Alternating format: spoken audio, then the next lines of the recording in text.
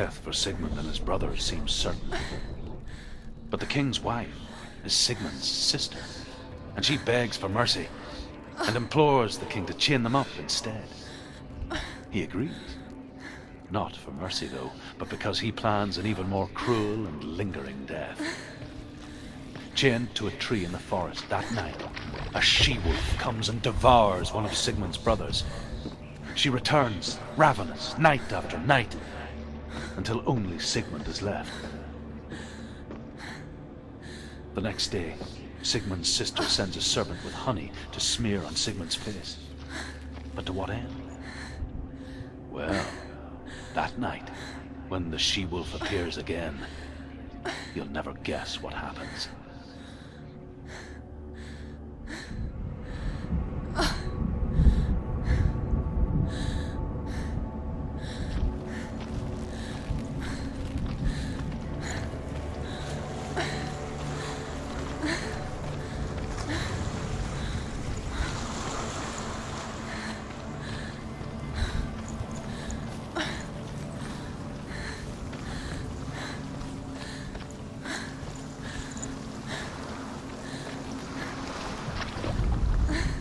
As the she-wolf licks the sweet honey from Sigmund's face, he bites the wolf's tongue. The she-wolf pulls away, but Sigmund holds on. The chains break, and he is free. After his escape, Sigmund lives like us, hidden in the forest. His enemy, King Siggeir, believing him dead, as his sister plots revenge. And for vengeance to succeed, even the great Sigmund needs help. So she sends her sons to him, but their blood is weak and corrupted.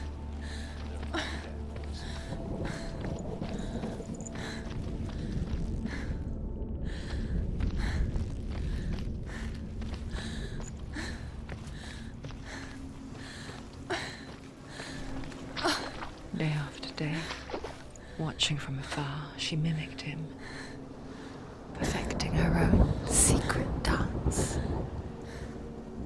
Wishing those fleeting moments of light would stretch out to last forever.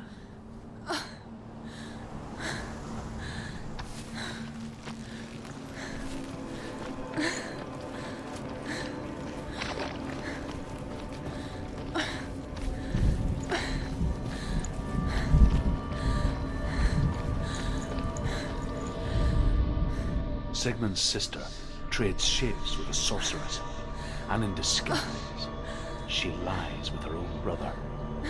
She gives birth to a son named Sinfjotli. After a time, she sends him to the forest to Sigmund.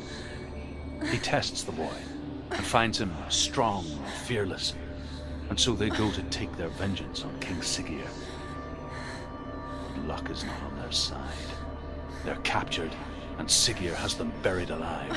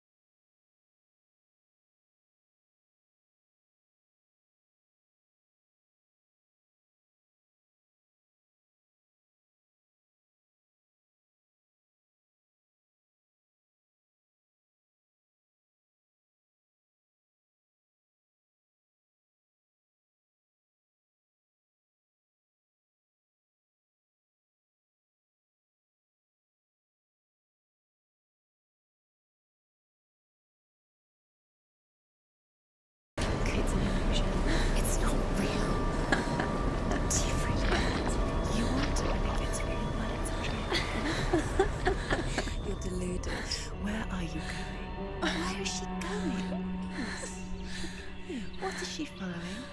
You can't even fight. It's just deception. How does he so effortlessly court the world and bliss? If only she could do the same.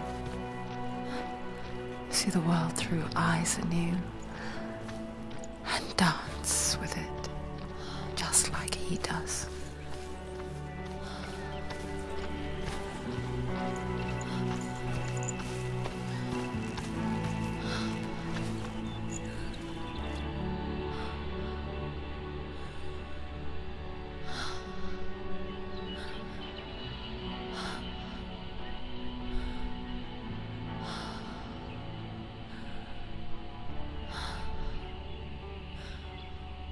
What's your name? Senua. I haven't seen you before.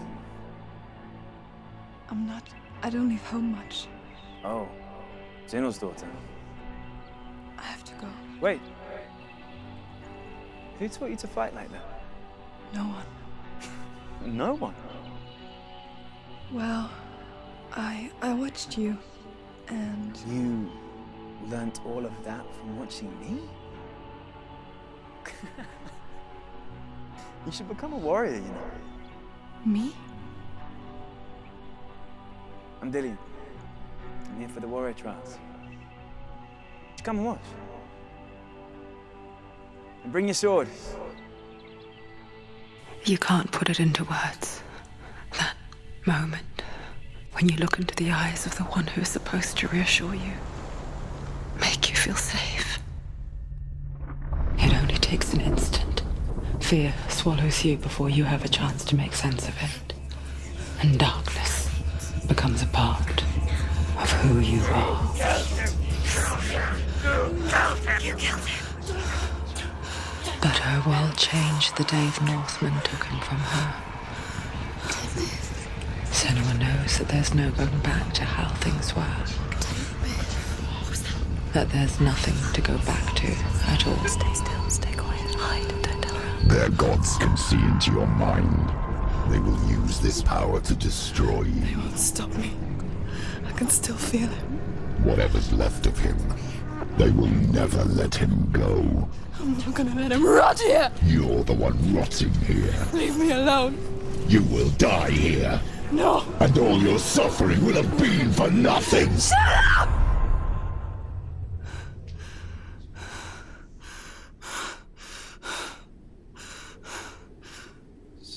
Dillian? Is that you?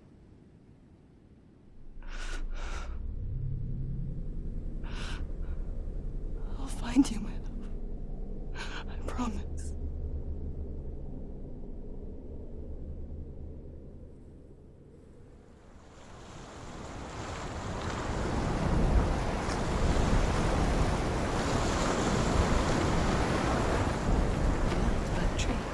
Can you see him? You want to believe it. Is he It's there? not real. Is he there? You're alone in these mountains. Is that Dillian? Nothing lives here. You won't survive. You met him by the tree. She met him by the tree. Maybe it's a sign, the tree. What's he trying to tell you? He's waiting for you by the tree.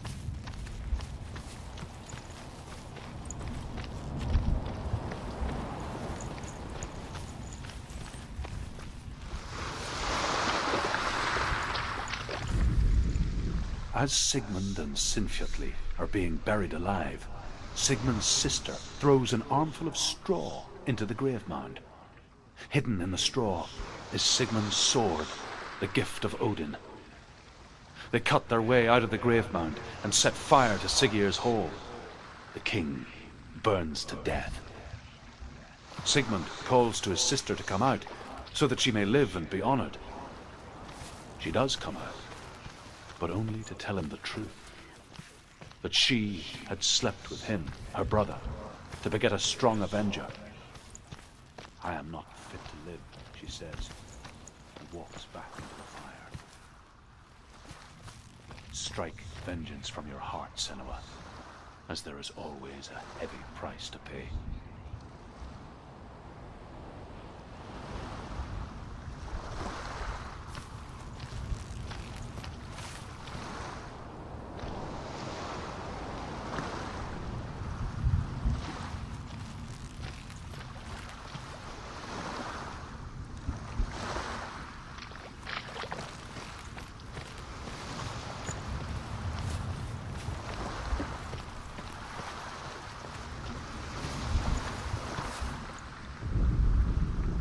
And here is the end of Sigmund's story. He was a fierce and great warrior who fought many battles. But one day, an old man came onto the battlefield. Although shadowed by a hood, Sigmund saw that he only had one eye. The man raised his spear, and Sigmund struck at it with his sword, but the sword shattered into pieces. Sigmund then knew that this was Odin, and thus that victory could not be his. He bowed his head and accepted his end. Dying, he tells his wife that she is with child, and that her son will one day make a great weapon out of the fragments of his sword. The sword named Gram.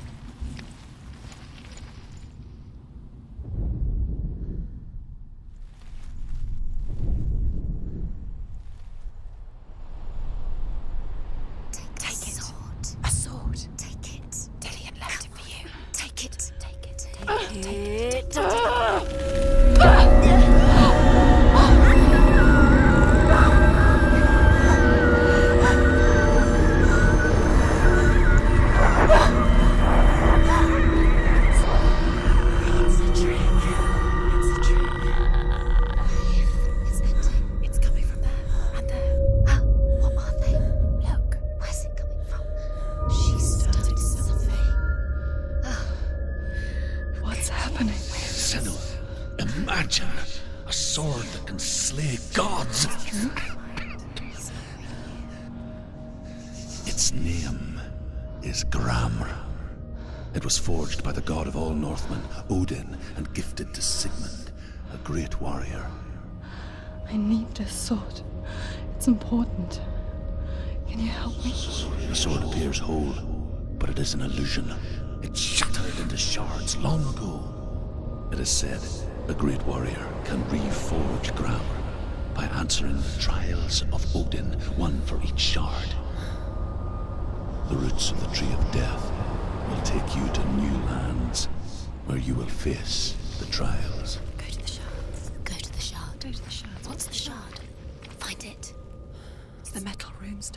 It's in front of you. Find it. The metal. The runes. You need that sword. Go to the shard. Find the shards.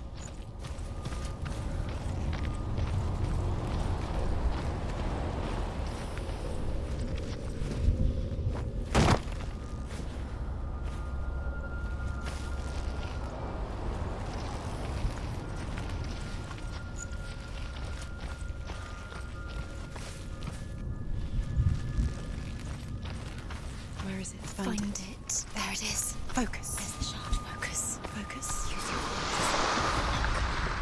As Sigmund and Sinfjotli are being buried alive, It's not safe. Sigmund's sister throws an armful of straw into the grave mound.